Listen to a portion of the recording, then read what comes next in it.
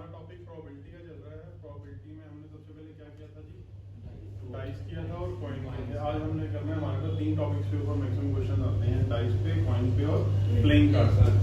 तो आज हम लोगों ने समझना है ध्यान से कि प्लेइंग कार्ड्स कैसे इसको लर्न करना है, कैसे इनके नंबर्स होते हैं, कैसे वैल्यूज होती हैं। तो टोटल मेरे पास पहले तो प्लेइंग कार्ड्स होते हैं कितने, 52। ये 52 प्लेइंग कार्ड्स 4 सूट्स में डिवाइड होते हैं और हर सूट कितने नंबर का होता है, 13 नंबर का। ठीक है, ये 4 सूट्स में डिवाइड होते हैं, 13, 13, 13 और 13। ठीक है, तो 52 प्लेइंग कार्ड्स मेरे 4 सूट्स में डिवाइड होते हैं। हर जो सूट होता है वो टोटल 13 नंबर्स का होता है। ठीक है, इसमें से जो 4 सूट्स हैं मेरे, वो 4 सूट्स कौन से होते हैं? पहला होता है मेरा स्पेड, दूसरा होता है मेरा क्लब, तीसरा होता है मेरा डायमंड, चौथा होता है मेरा हार्ट। ठीक है, तो 4 सूट्स जो कौन से होते हैं? Spade, club, diamond and heart. ध्यान रखना है, जो स्पेड और क्लब होते हैं ये दोनों ब्लैक कलर के होते हैं। स्पेड और क्लब ब्लैक कलर के होते हैं, डायमंड और हार्ट रेड कलर के होते हैं। ठीक है, तो अगर मैं यहीं तक पहुंचने पे अगर हमसे पूछूं कि टोटल ब्लैक कार्ड्स कितने होते हैं, तो 26। टोटल रेड कार्ड्स कितने होते हैं, तो 26।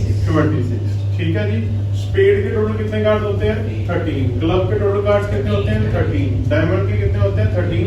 हार्ट के कितने होते हैं? 13। यहां तक जो क्वेश्चन तुम्हारे बन रहे हैं। ठीक है, अब जो 13 कार्ड्स हैं वो, तो जो टोटल अब मेरे जैसे स्पेड के 13 कार्ड्स हैं वो होते कौन कौन से हैं? ध्यान से सुनना। सबसे पहले होता है मेरा एस, जिसको बोलते हैं ए, फिर होता है किंग, फिर उसको बोला जाता है क्वीन, फिर आता है जैक, फिर उसके बाद और एस, पहला होता है जी एस, जिसको ए से करते हैं, ये मतलब किंग,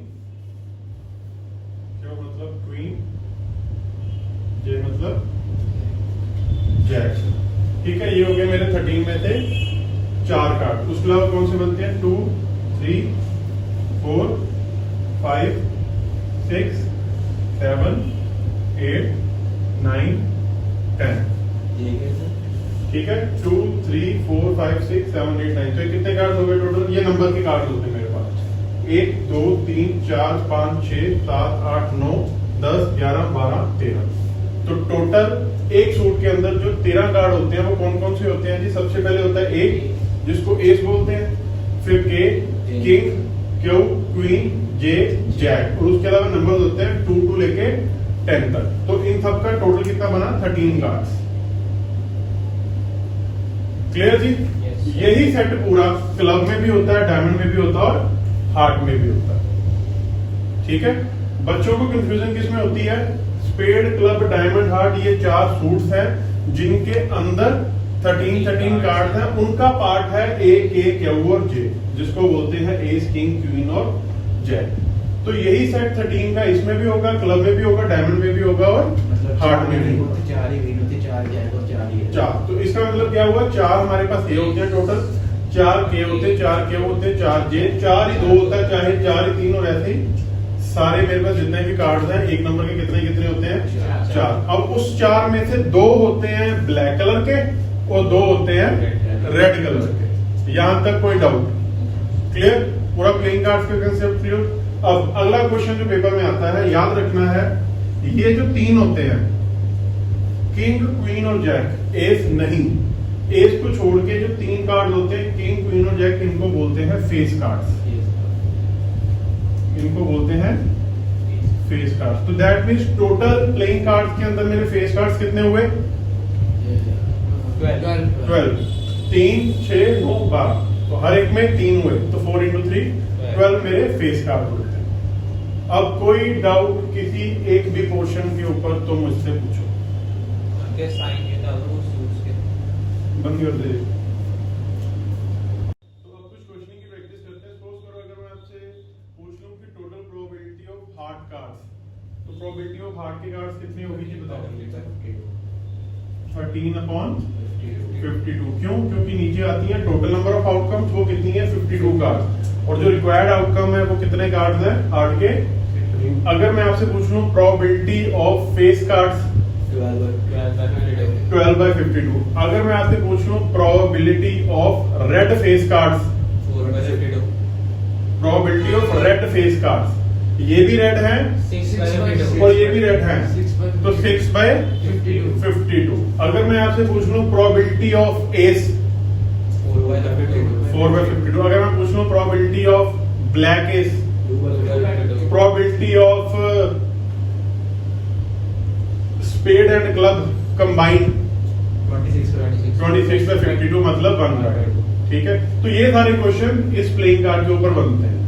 दूसरी चीज, अगर मैं आपसे किसी चीज की प्रोबेबिलिटी पूछूं, अगर सपोज कर मैंने आपसे प्रोबेबिलिटी पूछी प्रोबेबिलिटी ऑफ एस, तो आपने प्रोबेबिलिटी ऑफ एस क्या बताई? प्रोबेबिलिटी ऑफ एस क्या बताई आपने? 4/52। 4/52 कितना होता है जी? 1/13। ठीक है, तो प्रोबेबिलिटी ऑफ एस मेरे पास क्या आई? 1/13। मैंने एक और कंसेप्ट बताया था आप लोगों को कि किसी चीज की प्रोबेबिलिटी होना प्लस किसी चीज की प्रोबेबिलिटी ना होना, उसका सम किसके इक्वल होता है? 1 के। दैट मींस अगर मुझे किसी चीज की प्रोबेबिलिटी पता है और मुझे निकालनी किसी चीज की प्रोबेबिलिटी ना होना, तो वो कितनी होगी? 1 माइनस होना। अब दैट मींस मेरे पास अगर प्रोबेबिलिटी एस की गिवन है 1/13 और मैंने निकालनी है प्रोबेबिलिटी ऑफ नॉट एस, उसको हम अगर ऐसे शो करेंगे तो प्रोबेबिलिटी ऑफ नॉट एस क्या बनेगी? 1 माइनस 1/13। तो ये कितनी बनेगी? 13 माइनस 1 12/13। तो ये एक चीज रखना है कि probability of event and probability of not event is equal to 1 होता है। और मुझे दोनों में से अगर किसी भी चीज के बारे में पता है तो दूसरे में से मैं 1 में से माइनस कर दूंगा उसको, तो मेरे पास दूसरे की प्रोबेबिलिटी आ जाएगी। क्लियर?